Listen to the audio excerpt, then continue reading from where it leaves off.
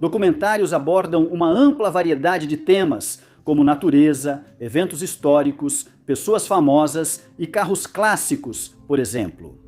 Mas alguns desses filmes são muito mais sombrios do que a maioria, pois tratam de crimes infames que foram cometidos anos atrás e oferecem uma perspectiva única sobre os detalhes dessas investigações.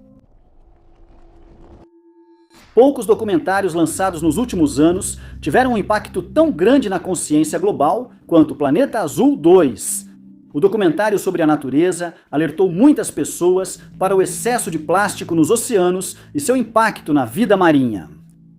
Após a indignação causada pelo documentário, muitos governos ao redor do mundo foram pressionados a tomar medidas para limitar ou até mesmo banir completamente o plástico descartável.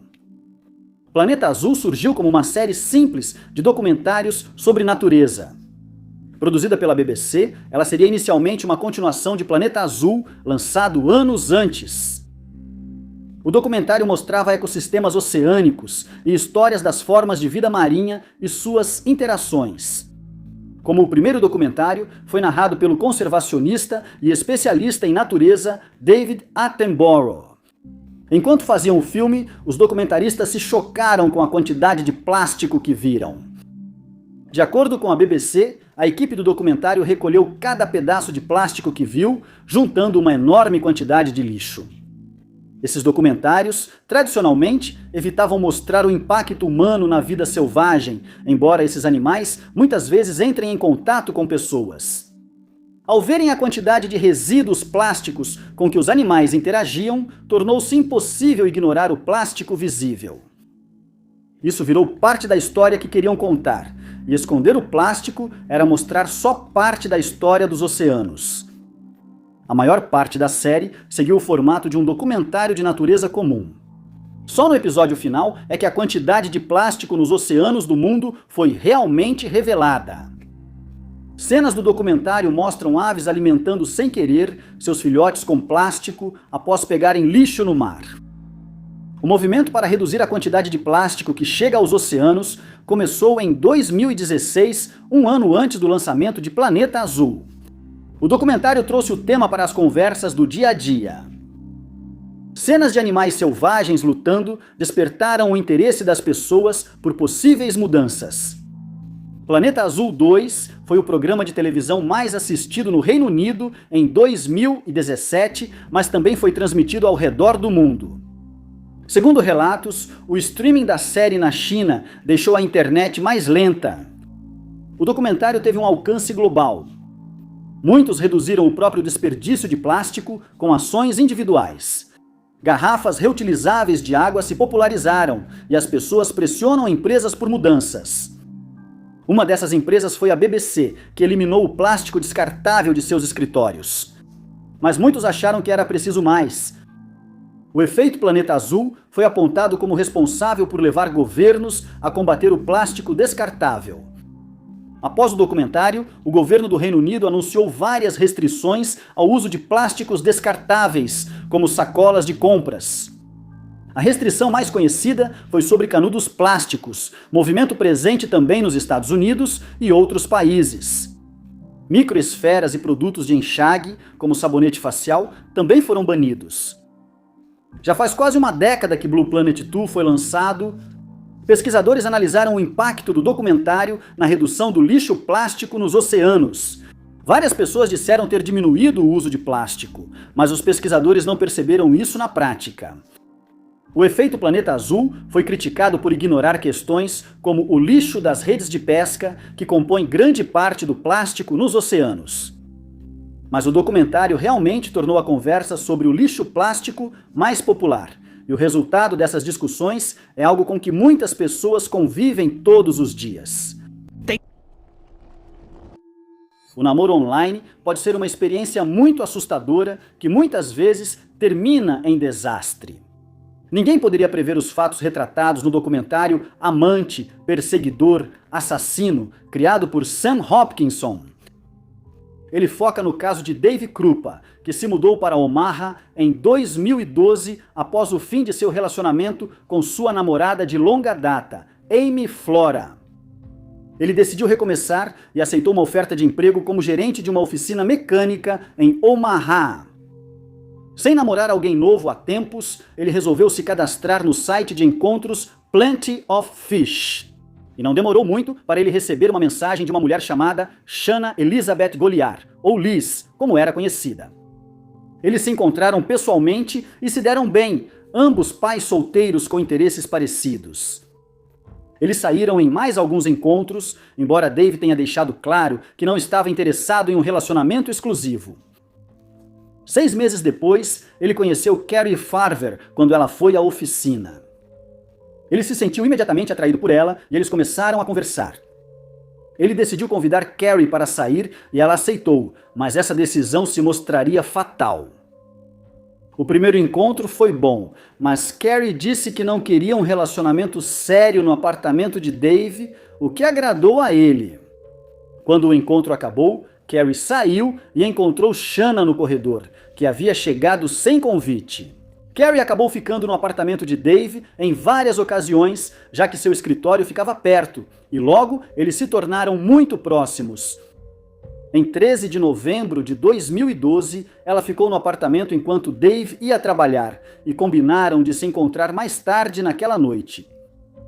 Enquanto estava no trabalho, ele ficou preocupado quando recebeu uma mensagem de texto de Carrie, na qual ela dizia que queria se mudar para o apartamento dele, algo que ela nunca tinha demonstrado interesse antes.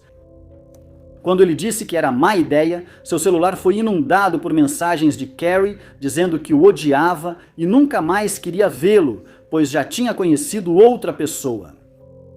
Somente 2 dias depois, ele teve notícias dela. Dessa vez, ela afirmou que David arruinou a vida dela, que ele era uma pessoa ruim e que ela o odiava. Depois, descobriu-se que Carrie tomava medicação prescrita para transtorno bipolar. A mãe dela, Nancy, ficou surpresa quando recebeu uma mensagem de Carrie, na qual ela dizia que tinha decidido aceitar um emprego no Kansas, o que parecia extremamente improvável. Carrie não pôde ser contatada e foi dada como desaparecida. Mas as mensagens para o telefone de Dave continuaram e ela passou a citar Shanna, cuja garagem foi logo vandalizada. Durante a investigação que se seguiu, o telefone de Shanna foi analisado e veio à tona que ela era quem enviava essas mensagens de assédio fingindo ser Carrie. Eles também encontraram um e-mail em que ela se passava pela ex-namorada de David e no qual admitia ter tirado a vida de Carrie. Outras evidências encontradas provaram que Shanna realmente tirou a vida de Carrie. Mesmo sem encontrarem os restos mortais de Carrie, Shanna foi condenada à prisão perpétua, sem direito a condicional. Por volta de 2007, uma série de peças do dominó começou a cair. Isso rapidamente levou a colapsos bancários ao redor do mundo e à crise financeira de 2008. O impacto dessa crise foi evidente para as pessoas comuns nos Estados Unidos. Mas saber por que as coisas estavam tão ruins era bem mais difícil.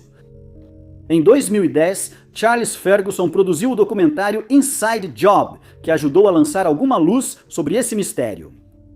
O filme aumentou a conscientização do público e também levou a mudanças importantes de políticas em grandes universidades dos Estados Unidos. Inside Job é um documentário extenso, com 2 horas de duração. Ele analisou todos os aspectos da crise financeira, desde como a situação chegou à situação em que as coisas estavam em 2007, como funcionavam os principais mecanismos financeiros e as pessoas e reguladores que deveriam ter evitado o desastre. Esse grupo incluía acadêmicos de economia e professores universitários que estudavam partes do sistema financeiro. Em um mundo ideal, acadêmicos que estudam mecanismos financeiros e economias de países deveriam oferecer insights sobre seu funcionamento. Os próprios estudos podem não ser acessíveis ao público em geral, mas eles destacariam perigos potenciais. Profissionais que traduzem linguagem acadêmica para o público podem compartilhar descobertas e ajudar a responsabilizar instituições econômicas. Mas nem todos que produzem esses estudos o fazem sem vieses. O documentário destacou um estudo sobre a estabilidade econômica da Islândia. Em 2000, o país começou a caminhar para a desregulamentação com a privatização dos bancos. Poucos anos antes da crise financeira, o economista americano Frederick Mishkin foi à Islândia estudar o sistema local. O artigo dizia que tudo ia bem no país e que os fundamentos econômicos eram sólidos. Isso foi só 2 anos e meio antes de o país enfrentar uma grande crise financeira. À primeira vista, pode ter parecido apenas um erro de Mishkin. O economista é entrevistado no documentário e culpa sua análise por confiar nas informações dos bancos. Também é destacado que Mishkin recebeu $124 mil por ser coautor do relatório. O relatório não menciona conflito de interesses em nenhum momento. Mishkin não foi o único a receber das instituições que pesquisava. Diversos economistas e acadêmicos já fizeram o mesmo. Não é possível afirmar quantos alteraram intencionalmente seus resultados para agradar quem os pagou. Mas sempre havia chance de vieses não intencionais. Geralmente, o conflito de interesses não era divulgado, como destacado em parte do documentário. Quando os representantes da universidade foram questionados sobre isso, eles alegaram que não viam problema. Um representante disse não imaginar autores deixando de divulgar conflitos de interesse, mesmo sem exigência da universidade. Na cena seguinte, um economista confessou ter feito isso. O documentário gerou grande indignação no público após seu lançamento. Para muitos, foi a primeira vez que alguém explicou por que a crise financeira ocorreu. O documentário mostrou que quem causou a crise continuava no comando na época do lançamento. As universidades foram pressionadas a mudar sua abordagem aos conflitos de interesse. Várias adotaram novas políticas, como a Columbia Business School, que agora exige divulgação pública de todas as atividades externas dos professores, incluindo consultorias que poderiam criar conflitos de interesse. A Columbia não foi a única a fazer essas mudanças, mas segundo Ferguson, ainda havia mais a ser feito. Falando em 2012, ele acreditava que, se mudanças significativas não ocorressem, a crise de 2008 se repetiria. O documentário Snowtown não é para os fracos de coração. Muitos espectadores descreveram como impossível de assistir, mas não por falta de talento do diretor, Justin Kurzel, e sim pelo tema abordado. O filme explica e recria uma série de ataques fatais realizados por 4 homens: John Bunting, Robert Wagner, James Vlassakis e Mark Hayden, que foi considerado culpado em menor grau. O documentário menciona a cidade da Austrália do Sul, onde esses crimes aconteceram. O caso teve início em 20 de maio de 1999, quando a polícia achou restos mortais de 8 pessoas em barris plásticos dentro de um cofre de banco desativado.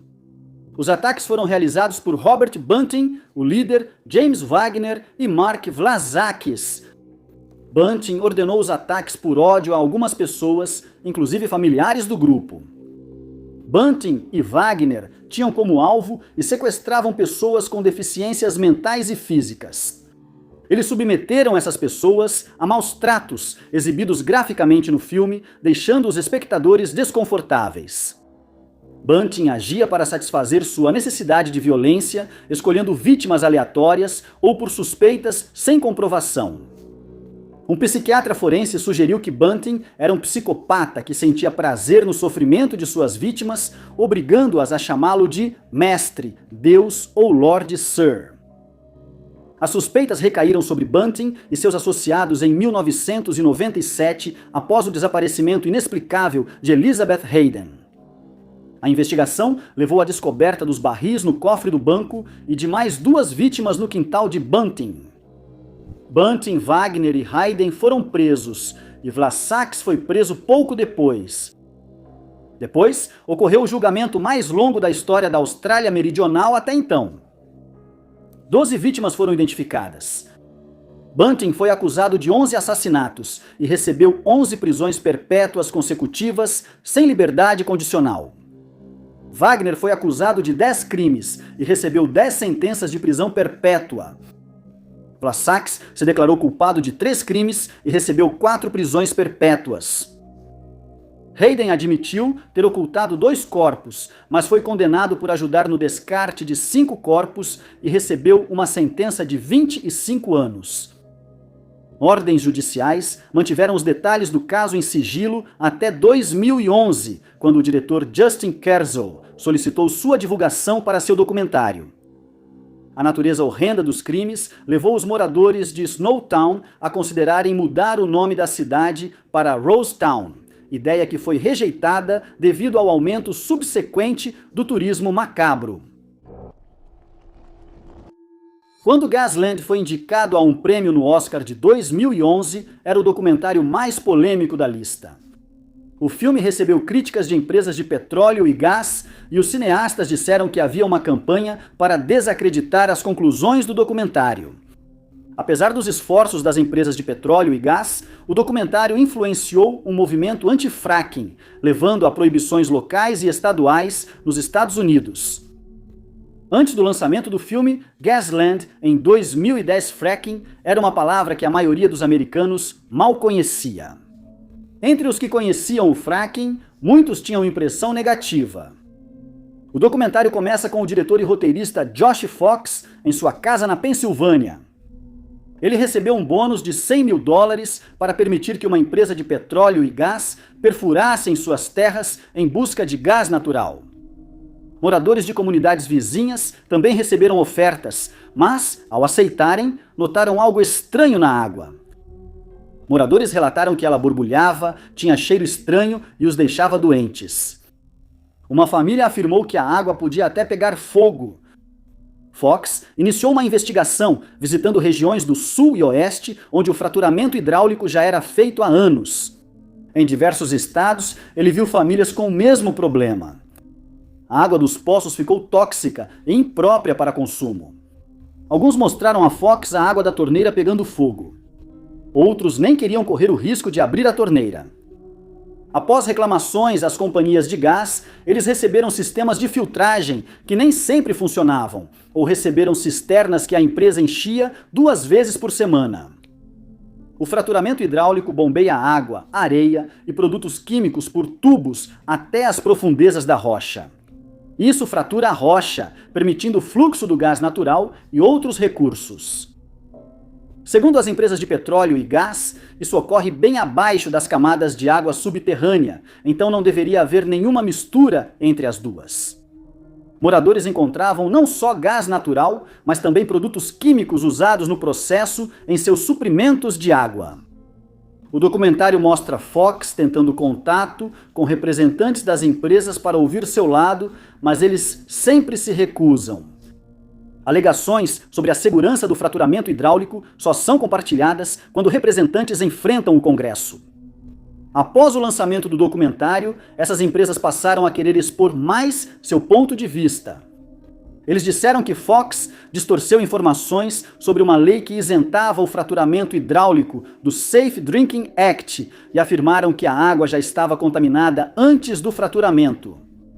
Eles mencionaram um relatório da Agência de Proteção Ambiental que dizia não haver provas de que o fraturamento hidráulico ameaçasse a água potável. Em 2016, 6 anos após o lançamento de Gasland, um novo relatório da APA contradisse essa afirmação.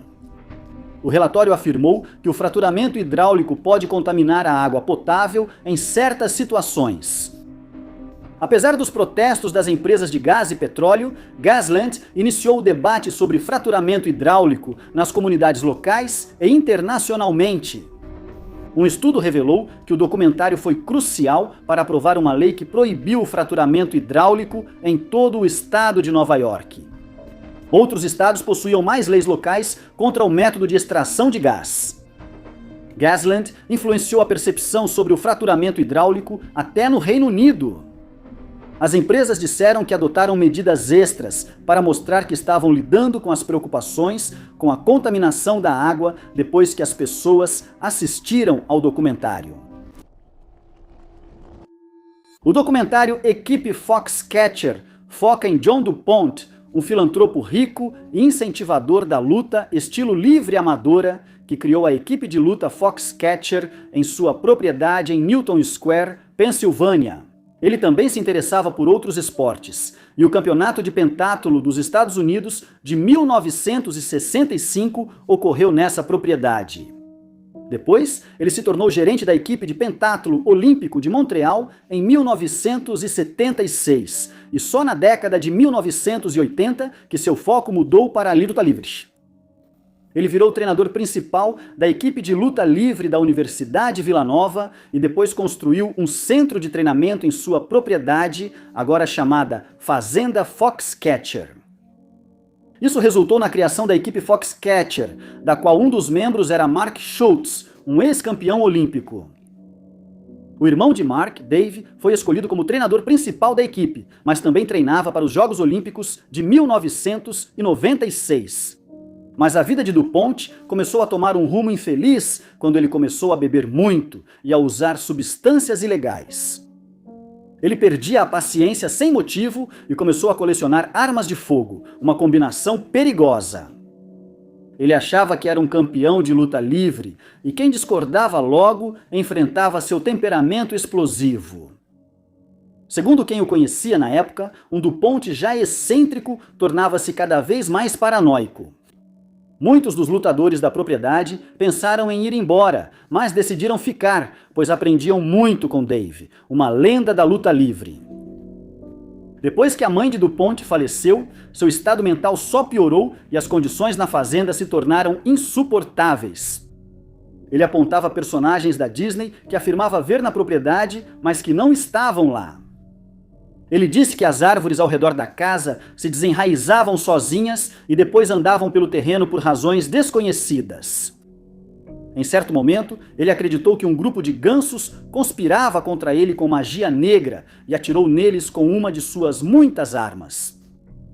Os lutadores foram proibidos de usar as esteiras na academia de boxe porque ele achava que poderiam ser usadas para voltar no tempo.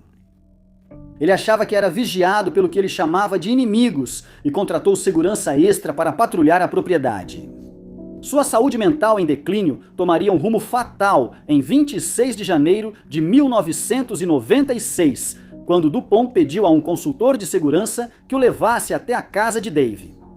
O consultor fez o que foi pedido, mas ficou muito nervoso ao ver que DuPont portava uma arma.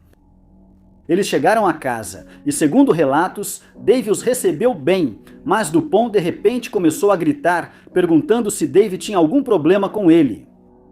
Antes que Dave pudesse responder, DuPont sacou a arma de fogo, apontou para ele e atirou, tirando sua vida na hora. O consultor sacou sua própria arma e a apontou para DuPont, que calmamente voltou para o veículo. Depois, ele retornou à propriedade e se trancou. Nancy, sua esposa, ligou para o 911 e disse que DuPont havia perdido a cabeça. Levou 2 dias para convencê-lo a sair da casa, mas quando ele achou o prédio frio demais, entregou-se à polícia que o aguardava. Sua defesa de insanidade foi rejeitada e ele foi condenado a 13 a 30 anos de prisão, onde faleceu em 2010. Um documentário sozinho talvez não mude uma lei ou política, mas pode ser um passo para fazer diferença significativa. Esse foi o caso do documentário de 2004, Roubando uma Nação. Quando John Pilger iniciou um documentário sobre Diego Garcia e o restante das Ilhas Chagos, a maioria no Reino Unido desconhecia o arquipélago. As ilhas ficam no Oceano Índico, aproximadamente na metade do caminho entre a África e a Índia. Eram colônia britânica desde o fim da Era Napoleônica. Na década de 1960, elas eram o lar de cerca de 2.000 pessoas, geralmente de descendência africana e sul-indiana. Os chagossianos viviam nas ilhas há gerações, com um estilo de vida simples e pacífico. Isso mudou nos anos 1960, quando a vizinha Maurício se tornou independente do Reino Unido. As Ilhas Chagos não faziam parte desse acordo. Elas passaram a ser conhecidas como Autoridade Britânica do Oceano Índico, e o governo tinha outros planos para a ilha.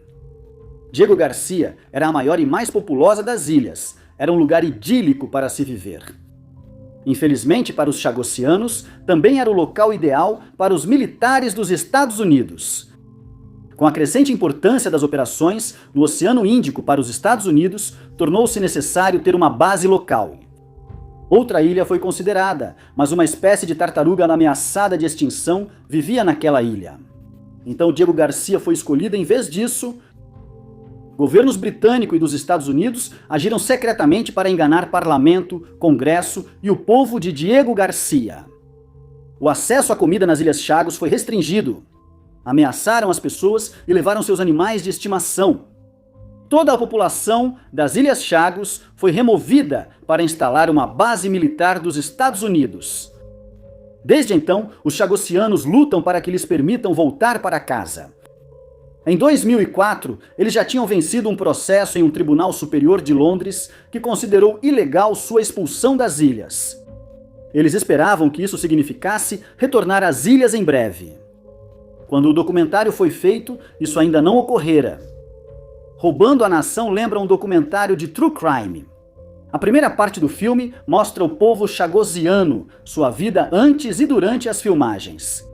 O restante do documentário mostra como os governos britânico e americano cometeram o crime e tentaram encobri-lo de quem pudesse responsabilizá-los. Documentos e memorandos secretos revelaram a crueldade do raciocínio por trás do acordo. Quando o documentário foi produzido, uma prerrogativa real impediu o retorno dos chagossianos às ilhas, ignorando o parlamento e tribunais que consideraram a expulsão ilegal. Faltariam ainda 20 anos de luta até que os chagossianos pudessem retornar para casa. Para muitos no Reino Unido, Roubando a Nação revelou pela primeira vez as ações do governo. O filme elevou a conscientização pública e ampliou o apoio à causa. O povo britânico e americano já sabia pelo que os chagossianos lutavam. Apesar disso, o governo britânico continuou tentando impedir o retorno às ilhas, inclusive criando um santuário de vida marinha. Após pressão internacional, Reino Unido e Maurício assinaram um acordo concedendo soberania das ilhas a Maurício.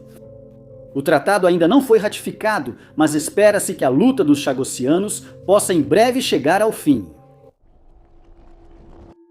O caso envolvendo o jogador de futebol americano da NFL, Pat Tillman, que mais tarde se tornou um Ranger do Exército, é um daqueles que contém muitas reviravoltas. Todas elas abordadas no documentário A História de Tillman, dirigido por Amir Bar-Lev e narrado por Josh Brolin. Tillman iniciou sua carreira de futebol americano na Universidade Estadual do Arizona e depois jogou pelo Arizona Cardinals na NFL. Ele impressionou na temporada de estreia, batendo o recorde de tackles por um novato em uma temporada. Mas em 2002, ele e seu irmão decidiram se alistar no exército. Depois disso, Pat foi enviado para o Iraque. 2 anos após começar o serviço militar, ele foi enviado ao Afeganistão. E no dia 22 de abril de 2004, ele fazia parte de um pelotão que estava estacionado nas montanhas do sudeste daquele país. Um veículo blindado na retaguarda do seu pelotão foi atacado por inimigos e, em questão de segundos, o caos se instalou. Vários soldados posicionados em um Humvee decidiram revidar, mas acabaram atirando em Pat e em seus companheiros Rangers. Pat foi atingido e, infelizmente, perdeu a vida junto com outro soldado. A família dele foi avisada que ele morreu em uma emboscada do Talibã, lutando bravamente antes de ser atingido fatalmente.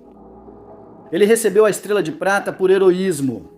A verdade sobre o que ocorreu naquele dia foi revelada, apesar dos esforços das Forças Armadas e do governo dos Estados Unidos para encobrir. Foi revelado que, antes da emboscada, o pelotão de Pat se aproximou de um desfiladeiro nas montanhas e logo percebeu que era ideal para o inimigo preparar uma emboscada. Os oficiais comandantes presentes sabiam disso e tomaram uma decisão desconcertante. Ordenaram que o pelotão se dividisse e que a seção da frente atravessasse o desfiladeiro. Ao fazer isso, o inimigo abriu fogo e, graças ao fogo amigo que se seguiu, Pat foi atingido na testa 3 vezes. Mas depois seria revelado que o fogo amigo não começou com os soldados inexperientes, mas sim com o líder do pelotão. Pat lutava ao lado de um miliciano afegão que, usando o uniforme americano, foi confundido pelo líder do pelotão como inimigo. Ele apontou sua arma para o homem e abriu fogo, tirando sua vida e resultando em uma saraivada descontrolada de tiros em direção a Pat e metade do pelotão. perceberam que Pat morreu por fogo amigo e a tentativa de encobrir começou imediatamente. Seu uniforme e armas nunca foram enviados de volta aos Estados Unidos para serem analisados. E vale ressaltar que a Estrela de Prata nunca é concedida a um soldado que perdeu a vida por fogo amigo. Suas roupas e colete à prova de balas foram destruídos e suas armas não foram recuperadas. O exército informou à família que Pat foi baleado por membros do Talibã. Em investigações posteriores, descobriu-se que oficiais de alta patente sabiam que Pat foi morto por soldados do próprio exército e que o general Stanley McChrystal decidiu enganar intencionalmente sua família ao conceder-lhe a Estrela de Prata. O soldado que disparou a arma que tirou a vida de Pat nunca foi identificado, apesar de várias outras pessoas terem afirmado que, graças ao trabalho balístico, sua identidade era conhecida pelo exército. Mas foi decidido que todo o pelotão era culpado e, por isso, o nome desse soldado em particular nunca foi divulgado. Camp Lejeune é uma base de treinamento militar na Carolina do Norte. Por décadas, é o lar do Corpo de Fuzileiros Navais, suas famílias e civis da base. E pelo menos de 1953 a 1985, o abastecimento de água estava envenenando os moradores. O documentário de 2011, Semper Fi Always Faithful, mostra um ex-fuzileiro naval buscando responsabilizar os militares e obter ajuda para sobreviventes da água contaminada. Ainda não se sabe quando a contaminação começou. A base utilizava solventes em tudo, da lavanderia à limpeza de aeronaves. O material de descarte precisava ser descartado com cuidado, mas foi enterrado próximo aos poços de água da base. Compostos orgânicos voláteis foram gradualmente infiltrando-se no abastecimento de água. Em 1981, os níveis estavam em uma concentração centenas ou até milhares de vezes maior do que o considerado seguro. Nesse ano, os testes terminaram e os comandantes da base descobriram o perigo. Mas a água continuou sendo usada por mais 4 anos, até que o poço foi fechado em 1985. Quem bebia, tomava banho ou usava a água para limpeza não sabia dos produtos químicos nocivos que consumia até ser tarde demais. Desde então, os sobreviventes notaram que muitos moradores sofriam de condições de saúde raras. Isso inclui adultos, como um ex-fuzileiro naval sofrendo de uma condição neurológica degenerativa e um grande grupo de adultos com câncer. Mas o maior impacto foi observado em crianças que nasceram e viveram na base. Algumas nasceram com deformidades e outras desenvolveram cânceres raros. Uma dessas, no segundo grupo, foi Jane Ensminger, filha do sargento-mestre Jerry Ensminger. Jane nasceu e passou a infância na base antes de contrair uma rara leucemia. Depois de saber sobre a água contaminada, não demorou para o pai dela fazer a ligação entre a contaminação e a doença dela. Ele lutou por justiça para sua filha e outros que sofreram. Semper Fi é o lema do Corpo de Fuzileiros Navais dos Estados Unidos, que significa sempre fiel. O título do documentário mostrava que Ensminger e outros fuzileiros serviram fielmente às Forças Armadas dos Estados Unidos, mas agora sentiam que não recebiam a mesma lealdade. Mesmo depois que grupos foram criados para investigar a extensão e os possíveis efeitos da contaminação, as vítimas da contaminação da água tiveram a sensação de que não estava sendo feito o suficiente. Várias condições de saúde não foram oficialmente ligadas à contaminação, e o apoio disponível aos sobreviventes era restrito. Ensminger e outras vítimas da contaminação da água continuaram a lutar não apenas pelo reconhecimento público do desastre, mas também por ajuda para aqueles que foram afetados. O documentário aumentou a conscientização sobre a contaminação em Camp Lejeune, uma das maiores contaminações de água da história dos Estados Unidos, e sobre o encobrimento que as vítimas da contaminação da água sentiam que estava acontecendo. Isso deu a pessoas como Ensminger voz e plataforma para explicar o que achavam necessário fazer para tentar reparar o ocorrido. Em 2011, um projeto de lei foi apresentado ao Congresso para conceder aos veteranos militares e suas famílias melhor acesso à assistência médica para suas problemas de saúde contínuos. Em 2012, Ensminger foi convidado à Casa Branca quando o presidente assinou oficialmente a lei honrando os veteranos da América e cuidando das famílias de Camp Lejeune. A lei recebeu o apelido de Lei Jane. O documentário de estreia de Joe Berlinger e Bruce Sinofsky, de 1992, Brothers Keeper, focou em um caso de assassinato de 1990 e no subsequente julgamento bizarro em Moonsville, Nova York. Ele apresentou os 4 irmãos Ward, isolados, Bill, Delbert, Roscoe e Lyman, que cresceram em uma fazenda leiteira sem eletricidade ou água encanada. Em 1990, Bill, então com 64 anos, estava gravemente doente com dores de cabeça debilitantes e dores no estômago, perdendo peso rapidamente. No dia 6 de junho, Bill foi encontrado morto. A polícia suspeitava que seu irmão analfabeto de 59 anos, Delbert, sufocou Bill com um travesseiro para acabar com seu sofrimento.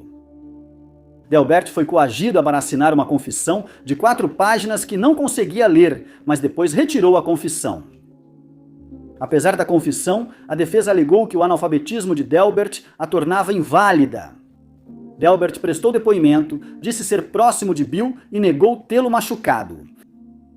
A comunidade local apoiou fortemente Delbert, organizando arrecadações de fundos para sua fiança e defesa. O julgamento ganhou destaque nacional e atraiu a atenção de celebridades. Berlinger e Sinofsky filmaram as imagens do julgamento para o documentário. Após 11 horas de deliberação, o júri declarou o veredito de inocente para a alegria dos apoiadores de Delbert. Ele saiu do tribunal planejando comemorar com os irmãos. Delbert ficou relativamente famoso até sua morte em 1998. Seus 2 irmãos restantes faleceram em 2007. Mas a família Ward continua conhecida pelo caso que quase prendeu um homem inocente. O Território é um documentário único, filmado ao longo de 4 anos na floresta amazônica. Muitos documentários já falaram sobre a importância da maior floresta tropical do planeta, mas o Território transmite sua mensagem contando a história de uma comunidade e entregando as câmeras para essa população indígena. O povo Ureauauau é um dos muitos grupos indígenas que chamam a floresta amazônica de lar. Eles vivem na região de Rondônia, no Brasil, em 6 aldeias nas fronteiras do território Ureauauau. Quando tiveram o primeiro contato com não indígenas nos anos 80, eram milhares de pessoas. Em 2023, restam apenas 152. O território Ureauauau deveria ser protegido, mas com o aumento dos assentamentos anti-indígenas no Brasil, cada vez mais invasores ilegais têm ocupado a terra. Os chamados grileiros têm agido com impunidade. Incêndios florestais são provocados para abrir caminho para fazendas. A violência contra os povos indígenas já aconteceu antes. Mesmo que essa atividade seja ilegal, é difícil para as populações indígenas reagirem. Os criadores do documentário Território iniciaram o projeto com uma ativista indígena que era cautelosa, mas depois conquistaram a confiança dela e os convidaram a conhecer o povo Ureauauau. A equipe do documentário passou um tempo na comunidade, conhecendo as pessoas e ouvindo histórias. Diversos documentários abordam a floresta amazônica e os riscos do desmatamento e da ação de colonos. Pode parecer um problema distante. O Território dá nomes e rostos às pessoas que tentam lutar contra isso e permite que o povo Ureauauau conte suas histórias. Os espectadores conheceram pessoas como Ari, que morreu durante as filmagens, supostamente em um ataque deliberado. O filme também destacou Batati, um jovem de 18 anos que foi indicado para se tornar o novo presidente da Associação Japão. O documentário foi filmado ao longo de 4 anos, incluindo 2020. Durante a pandemia de Covid-19, os Ureauauau fecharam seu território para visitantes, inclusive cineastas do documentário. Mas agora eles tinham acesso a câmeras, o que permitiu que filmassem seu próprio conteúdo e mostrassem o que consideravam importante. Isso deu ao documentário uma perspectiva única e aproximou pessoas de fora da comunidade. A nova tecnologia também ajudou na resistência contra os grileiros de maneiras mais diretas. A comunidade começou a usar drones para documentar a atividade de invasores ilegais e registrar o desmatamento. O território concedeu o mesmo espaço à população indígena e aos colonos. Entrevistou interessados em cultivar a área e permitiu que contassem seu lado. Mas os colonos não saem bem no documentário e seus crimes são flagrados pelas câmeras, ajudando na luta para levá-los à justiça. O território promoveu os direitos de todos os povos indígenas do Brasil, tanto entre pessoas de fora no país quanto no exterior. Quando o Brasil elegeu o novo presidente, foi criado o Ministério dos Povos Indígenas e escolheu um ativista indígena para liderá-lo. Novas políticas mais alinhadas com os objetivos de pessoas, como as retratadas em The Territory, foram introduzidas. No exterior, o documentário foi exibido em Bruxelas em sessões de impacto com mais de 500 participantes. A campanha de impacto visa promover políticas da União Europeia para proteger a floresta tropical e fortalecer o regulamento anti-desmatamento. A esquizofrenia é um transtorno mental que pode afetar tanto quem a tem quanto as pessoas próximas. Com a medicação adequada, ela pode ser controlada, mas no caso de Jonathan Colwett, cuja mãe foi diagnosticada com esquizofrenia, isso mudou sua vida para sempre. Os acontecimentos dessa fase da vida dele estão no documentário Tarnation, produzido pelo próprio Colwett. Ele detalha os acontecimentos de sua infância, que não foi feliz, e as dificuldades que teve que enfrentar enquanto vivia com sua mãe com problemas mentais. Quando Colwett tinha 12 anos, um amigo de sua mãe, que era vendedor de substâncias ilegais, deu a ele uma substância para fumar. Sem que Colwett soubesse, ela estava misturada com substâncias mais fortes e ele precisou ser levado ao hospital. Ele foi informado do diagnóstico de transtorno dissociativo, mudando completamente sua vida desde então. Ele começou a se sentir separado do mundo ao seu redor e um ano depois começou a entrar escondido em clubes disfarçado de mulher. Ele sentia que sua vida parecia um filme e começou a gravar filmes de terror estranhos com um amigo usando uma câmera Super 8. A situação dele piorou ainda mais pelo fato de ser homossexual e viver no Texas, onde naquela época isso era visto como inaceitável. A mãe de Colwett, Renée, também teve uma infância difícil. A vida dela mudou para sempre, quando tinha apenas 12 anos após cair do telhado da casa da família. Durante o acidente, um nervo da perna dela foi danificado e, como resultado, ela perdeu o uso das duas pernas. Acreditando que tudo era coisa da cabeça dela, os pais a mandaram fazer terapia de eletrochoque por 2 anos. E quando o tratamento terminou, ela desenvolveu não só esquizofrenia, mas também transtorno bipolar. Os pais dela, então, foram informados de que o dano nas pernas era de fato real e que ela teria se recuperado de qualquer forma, mesmo sem tratamento, mas, a essa altura, o estrago já estava feito. Devido aos transtornos mentais, ela passou décadas entrando e saindo de instituições médicas e, no fim, ela e Colwett ficaram sem teto. Durante esse período, ela testemunhou Renée sendo agredida, e isso trouxe de volta memórias do tempo dele no sistema de acolhimento, quando ele foi repetidamente agredido pela família com quem foi colocado. Por mais de 2 décadas, ele passou seu tempo gravando imagens com sua câmera Super 8 e grande parte desse material foi usada em seu documentário, junto com fotos de sua família. Seu gênero de filme favorito era terror. Sempre que assistia, pegava marcadores e papel dados pelo avô e desenhava as cenas que lembrava. Assim começou seu amor por fazer filmes, que lhe proporcionou a estabilidade que nunca teve em sua infância. Com o tempo, Renée e seus avós envelheceram e ele passou a cuidar deles. Ele decidiu criar Tarnation para um festival de cinema em Nova York com um orçamento de pouco mais de $200. O filme se tornou um grande sucesso depois de impressionar alguns diretores e logo começou a ser exibido no circuito de festivais.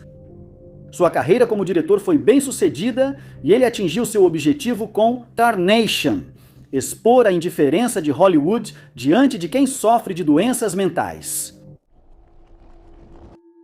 Quando Sobe o Domo foi lançado em 2015, a imprensa especulou se esse seria o momento Primavera Silenciosa da China. Dias após o lançamento, ele foi removido da internet chinesa, mas seu impacto seguia visível nas redes sociais. Nos anos após seu lançamento, as leis chinesas sobre poluição do ar ficaram mais rígidas, mas o problema ainda persiste no ar acima das maiores cidades do país. Sob o Domo é um documentário com pouco mais de 100 minutos. Ele é apresentado principalmente no formato de uma palestra ao estilo TED Talk, por Chai Jing, uma jornalista investigativa e mãe. Chai já havia trabalhado para a CCTV, a emissora estatal da China. Ao longo da carreira, ela visitou uma das cidades mais poluídas do mundo, ao lado de uma mina de carvão. Ela entrevistou uma criança de 6 anos e perguntou se já tinha visto estrelas ou céu azul. A menina disse que já viu um pouco de céu azul, só isso. Anos depois, Chai engravidou, mas descobriu que seu bebê tinha um tumor. No documentário, ela não afirma que a poluição do ar causou os problemas de saúde, mas isso trouxe nova compreensão sobre a fragilidade da vida do filho. Ela deixou o trabalho para cuidar do filho e se preocupava muito com a poluição do ar. No documentário, ela contou que no ano passado, em menos de 200 dias, a qualidade do ar permitiu que sua filha saísse de casa. Usar um filtro o dia inteiro permitiu que ela captasse contaminantes normalmente vistos apenas como névoa nas grandes cidades da China. Ao analisar os contaminantes, cientistas encontraram partículas perigosas em níveis 14 vezes acima do limite seguro da China. Esse nível era mais alto que o da cidade mineradora de carvão que Chai visitou anos antes. Sob o Domo detalha como essas partículas afetam o corpo humano e o que deve ser feito para mudar isso. O documentário viralizou na internet. Em menos de 48 horas, recebeu mais de 100 milhões de visualizações e foi um dos assuntos mais discutidos nas redes sociais chinesas. Chai não era a única mãe preocupada com a saúde do filho, e o valor pessoal do documentário emocionou muitos espectadores. Mídias ocidentais chamaram isso de Verão Silencioso da China, referência a um livro americano dos anos 1960 sobre os perigos dos pesticidas. Verão Silencioso marcou um ponto de virada nas atitudes em relação ao meio ambiente e acabou levando à proibição de muitos dos produtos químicos perigosos. Mas as conversas sobre smog e poluição do ar na China não começaram com Sob o Domo. No mesmo ano do lançamento do documentário, criaram-se novas leis sobre poluição do ar. Muitos argumentaram que essas leis eram insuficientes e não seriam aplicadas localmente. Como Chai mostrou no documentário, muitos achavam que combater a poluição do ar não era tão importante quanto o crescimento econômico. O documentário foi revisado pelo governo chinês antes do lançamento. Ele foi endossado por ministros, mas em menos de uma semana foi removido das plataformas online. Avaliações online foram removidas e a mídia orientada a não promovê-lo. Mas isso não impediu as conversas sobre poluição do ar e smog. Desde o lançamento de Sob o Domo, mais leis e políticas foram implementadas para tentar limitar a poluição do ar na China. A neblina tóxica ainda afeta muitas cidades, mas o ar ficou mais limpo com o foco do país em energia renovável e veículos elétricos. Ser membro de uma família do crime organizado deve ser muito estressante, mas atuar como assassino deles deve ser ainda mais angustiante. Essa é a vida que Richard Kuklinski escolheu, e sua vida e crimes são discutidos no documentário O Homem de Gelo Confessa: Segredos de um Matador da Máfia.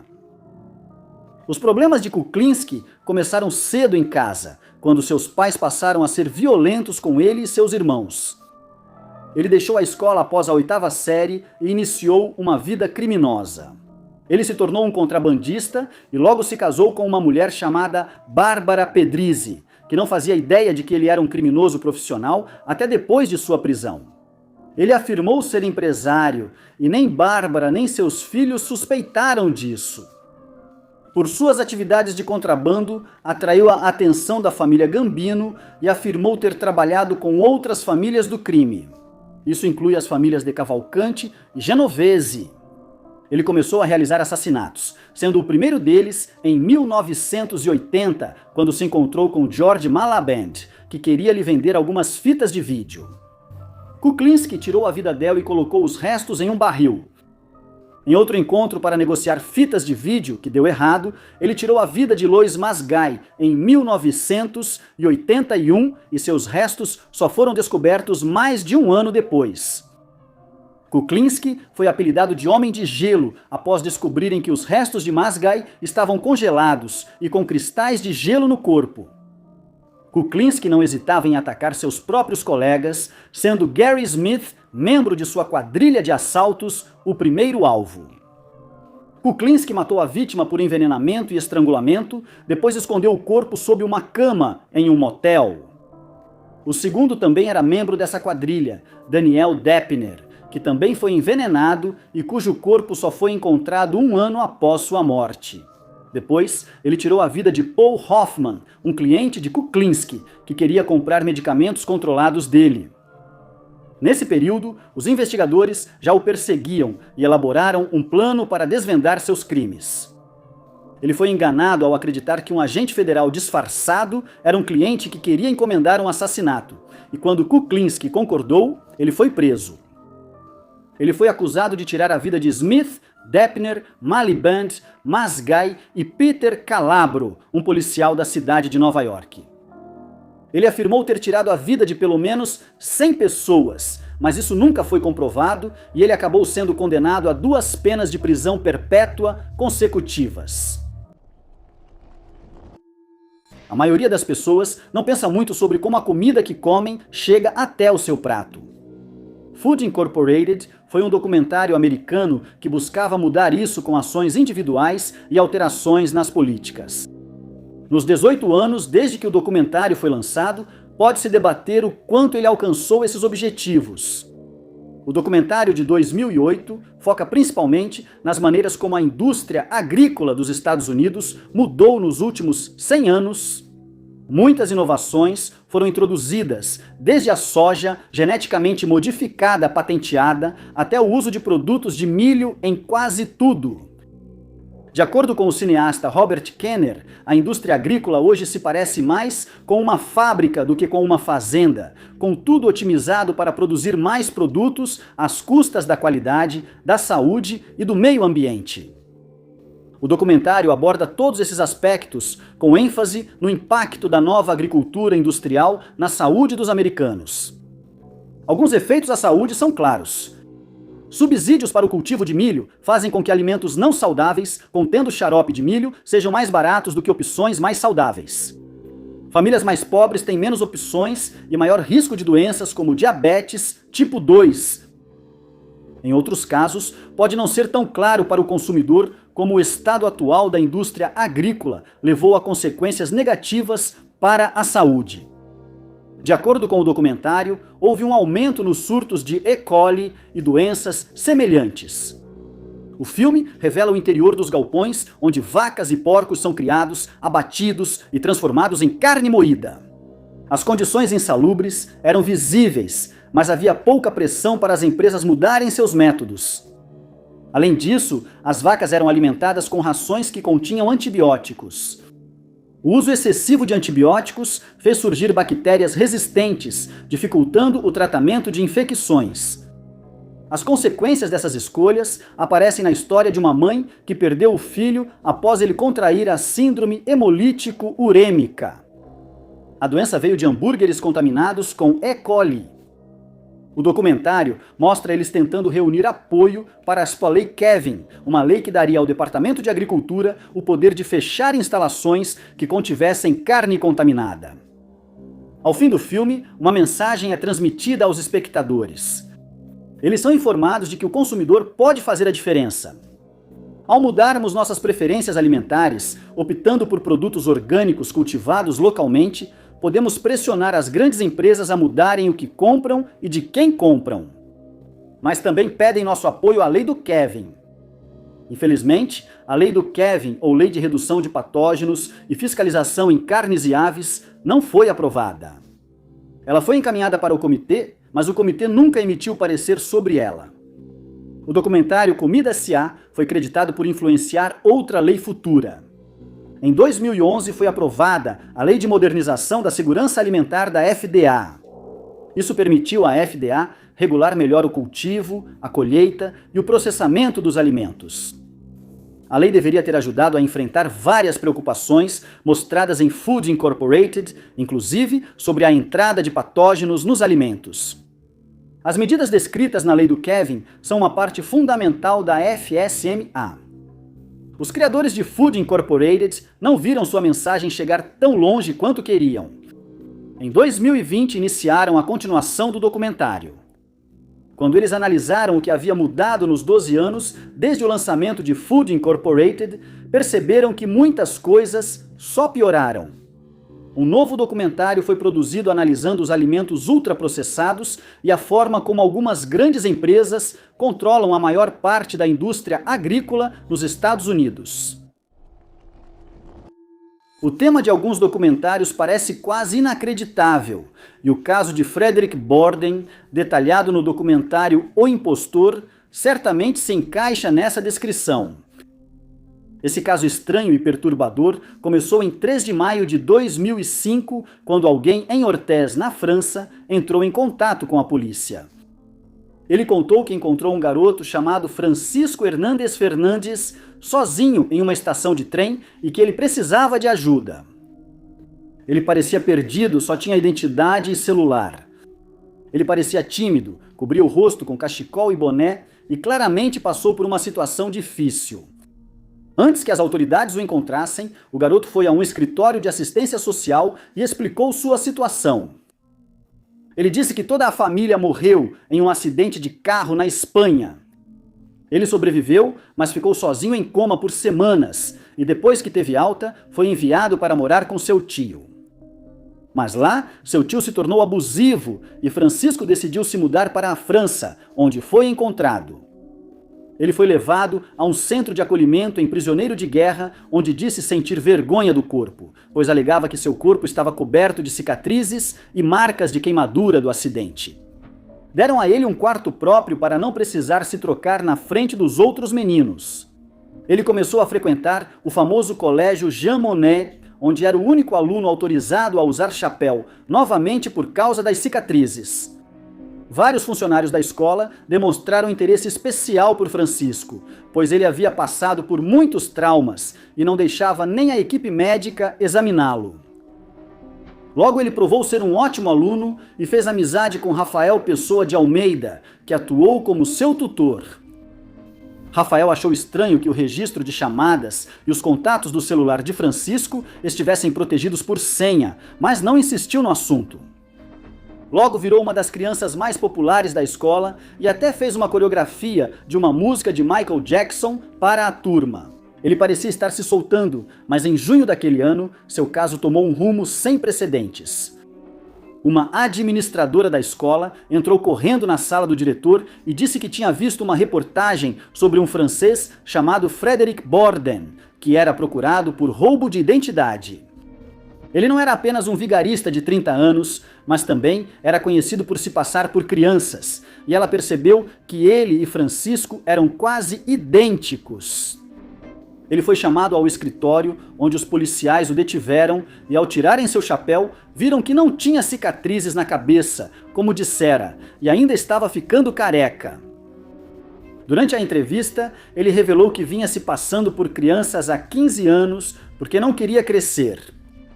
Ele já tinha sido examinado por médicos antes e nenhum percebeu que ele era adulto. Sim by Silence é um documentário que levou à mudança de uma lei e ajudou algumas das pessoas mais vulneráveis da sociedade a recuperarem suas vidas.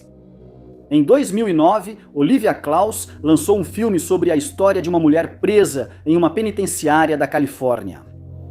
Elas integravam um grupo de apoio a mulheres presas por matar seus maridos após sofrerem abuso. Klaus conheceu o grupo anos antes ao tentar ajudar uma amiga em situação de violência doméstica.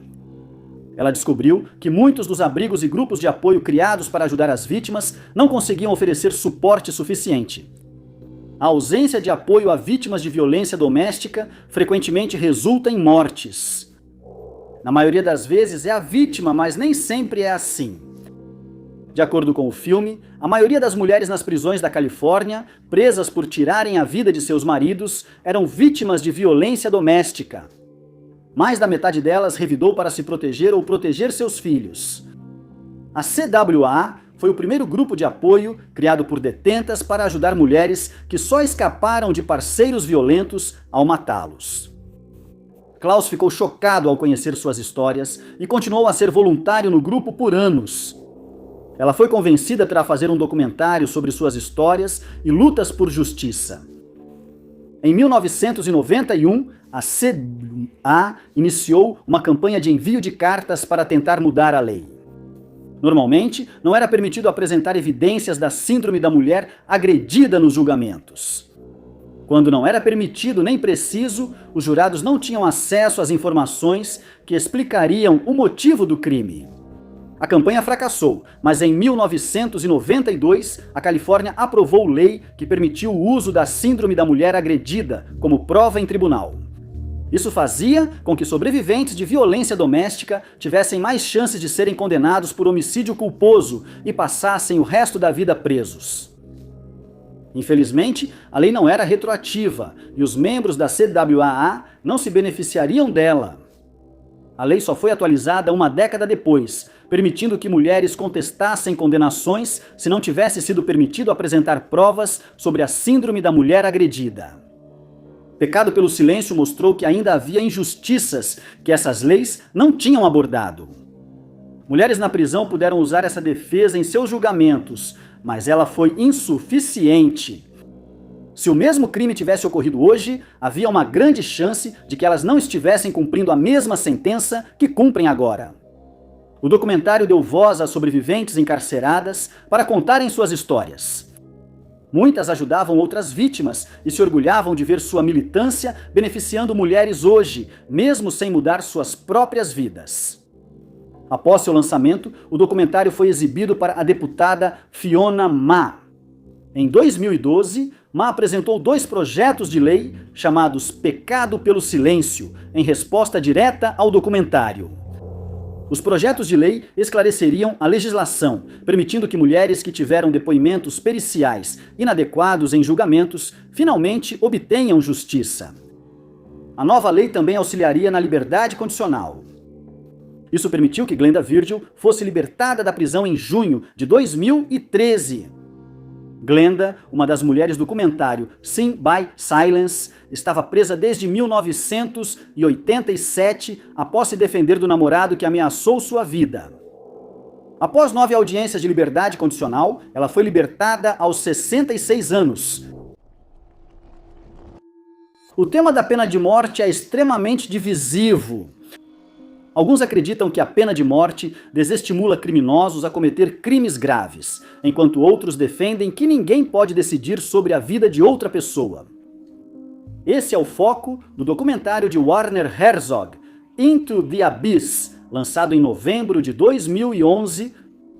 Também detalha o caso de um crime cometido por 2 homens, Michael Perry e Jason Burkett, no Texas, em 2001. Desde jovem, Perry foi uma dor de cabeça para seus pais adotivos. Tiveram dificuldade para controlá-lo e decidiram enviá-lo aos Everglades da Flórida, onde participou de sessões de aconselhamento. Quando isso não funcionou, ele foi enviado para um reformatório, mas então foi diagnosticado com transtorno de déficit de atenção e hiperatividade e transtorno de conduta. Ele roubava dos pais, invadia casas e até roubou o carro da família em uma ocasião, acabando por batê-lo. Ao completar 18 anos, ele saiu de casa e, apesar dos esforços dos pais, seu comportamento não melhorou. Depois, ele admitiu que os pais lhe deram várias chances de mudar, mas ele preferiu se rebelar. Ele passou a viver nas ruas de San Diego e desenvolveu vício em drogas ilegais. Ele acabou voltando para casa e foi recebido pelos pais, mas continuou cometendo crimes. Burkett também não teve um bom começo de vida. A mãe dele era viciada e usou drogas durante a gravidez, e os filhos foram obrigados a se virar sozinhos, sobrevivendo com cupons de alimentação e, em muitas ocasiões, sofrendo abusos do pai. Em algum momento, Perry e Burkett se conheceram e logo viraram grandes amigos. Então, no dia 24 de outubro de 2001, eles tomaram a decisão que mudou suas vidas para sempre.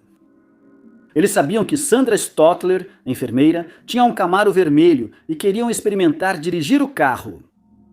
Eles invadiram a casa dela e, na cozinha, Perry sacou uma arma de fogo e tirou a vida dela.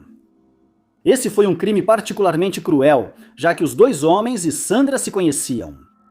Eles jogaram o corpo dela no crater Lake e depois voltaram à casa para roubar o carro. Enquanto estavam lá, o filho dela e um amigo dele chegaram. Os dois homens contaram sobre um acidente de caça na floresta próxima e, após levá-los até lá, mataram ambos. Eles voltaram para a casa no SUV do filho de Sandra, roubaram o Camaro de Sandra e fugiram. Depois, foram vistos em um bar, cada um com veículo novo, e disseram que ganharam na loteria. 6 dias depois, eles participaram de uma perseguição policial em alta velocidade e foram detidos ao final. Perry admitiu ter matado Sandra e indicou aos investigadores onde encontrar as outras 2 vítimas. Mais tarde, ele retirou sua confissão, alegando que foi coagido e depois afirmou que estava sob custódia policial no momento em que o ataque ocorreu. A dupla passou a se acusar, mas isso não mudou o resultado. Perry e Burkett foram considerados culpados. Burkett recebeu uma sentença de prisão perpétua, enquanto Perry foi condenado à execução. De acordo com o documentário Caught, de 2022, uma média de 10 mil golfinhos perde a vida todos os anos como consequência da pesca na costa atlântica da França. O documentário mostra como organizações ativistas tentam impedir isso. Meses após o lançamento do documentário, o governo francês tomou medidas para tentar resolver essas preocupações. O documentário foi criado pela Age of Union e Sea Shepherd, organizações dedicadas à proteção do meio ambiente natural e à divulgação de causas ambientais. Com menos de 40 minutos, Caught foca no problema da pesca, seu impacto nos golfinhos e os esforços da Sea Shepherd para conscientizar sobre o tema. Golfinhos não costumam ser consumidos na França, onde a maioria prefere protegê-los a comê-los. Frutos do mar são parte essencial da cultura e culinária francesa. Para a maioria, não há razão para essas duas coisas estarem ligadas. Mas Caught mostra como a pesca de frutos do mar comuns está tirando a vida de inúmeros golfinhos. Os golfinhos costumam ser vítimas de captura acidental, presos nas redes por engano. Eles normalmente tentam se alimentar dos mesmos peixes que os pescadores procuram, então acabam presos nas redes que capturam grandes quantidades de peixes. Esses golfinhos podem se machucar nas redes, que cortam sua pele quando tentam se soltar. Alternativamente, se eles ficarem presos debaixo d'água por muito tempo, os golfinhos podem ficar sem oxigênio e perder a vida. Como não são consumidos, geralmente são devolvidos ao mar ao serem capturados. O documentário mostra quantos desses golfinhos vão parar na praia. Em um só dia, muitos animais aparecem em um pequeno trecho da costa, mas são apenas uma fração dos golfinhos que morrem pela pesca. A maioria afunda até o fundo do oceano e nunca mais é vista. Quando o documentário foi feito, o governo francês já sabia do problema da captura acidental de golfinhos. Em 2021, ele introduziu um plano de ação com 7 pontos para tentar combater o fenômeno. Incluiu obrigatoriedade de relatórios e instalação de dispositivos acústicos para afastar golfinhos. Como a Sea Shepherd destacou, a maioria desses pontos já estava na legislação francesa ou era voluntária. Os principais culpados já não seguiam as regras. No documentário, membros da Sea Shepherd destacam que só haverá mudança se o público souber do problema e quiser agir. Eles tentaram fazer isso exibindo corpos de golfinhos que apareceram na praia em frente à Torre Eiffel e prédios do governo. Foi uma exibição chocante e horrível, mas trouxe o problema à tona. Caught tenta fazer a mesma coisa usando o caminho mais tradicional, um documentário. Fez pessoas que talvez nunca viram um golfinho ao vivo entenderem a real dimensão do problema. Logo após o lançamento do documentário, divulgou-se um relatório indicando que 910 golfinhos encalharam no litoral francês em poucos meses. Junto às imagens do documentário e à pressão do público, isso fez o governo francês agir. Foram criadas zonas proibidas para a pesca no Atlântico para proteger os golfinhos. Eram áreas onde mamíferos viviam, caçavam e tinham mais chances de serem capturados. Desde então, há uma proibição anual de 1 mês para a pesca por grandes embarcações. A proibição foi criada para proteger os golfinhos. No primeiro ano, a quantidade de captura acidental foi reduzida ao seu nível mais baixo desde 2015. Um documentário chamado O Bandido Descalço, criado pela diretora Carly Bodmer, aborda a vida e os crimes cometidos por Colton Harris Moore, que é originalmente do norte de Washington. Durante sua onda de crimes, ele postava selfies na internet e começou a reunir uma enorme quantidade de seguidores, mas acabou tendo que enfrentar a justiça. Desde cedo, Harris Moore se interessou por aviões e, segundo alguns, isso se tornou quase uma obsessão, mesmo quando ele ainda estava no ensino fundamental. A ambição da vida dele era se tornar piloto um dia, mas ele sabia que teria que se esforçar muito para alcançar esse sonho. A família dele tinha pouca renda e o pai, ausente na maior parte da infância por estar preso e ser dependente de substâncias ilegais. Para piorar, a mãe dele tinha problemas com álcool e Harris Moore começou a ter problemas com a lei quando tinha apenas 12 anos, quando foi condenado por posse de bens roubados. Quando foi condenado por mais 3 crimes no ano seguinte, ele foi enviado para avaliação e diagnosticado com transtorno de déficit de atenção, depressão e transtorno explosivo intermitente. Ele acabou sendo enviado para o centro de tratamento residencial Griffin Home, mas decidiu fugir em 2008 e um mandado de prisão foi emitido. Ele roubou um carro e foi para a ilha Camano, onde invadia casas atrás de comida e itens para vender. Seu primeiro contato com a fama como fugitivo procurado veio quando ele roubou um carro e foi perseguido pela polícia. Ele conseguiu evitar a prisão pulando do veículo e fugindo para uma floresta. E no carro, os investigadores encontraram vários itens roubados, incluindo cartões de crédito, uma câmera e celulares. A mídia passou a acompanhar sua história e logo Harris Moore foi chamado de bandido descalço por raramente usar sapatos nos crimes. Sua culpa nunca foi questionada, já que ele usou a câmera roubada para tirar selfies que foram divulgadas online pela imprensa e por sua base de fãs, que só crescia.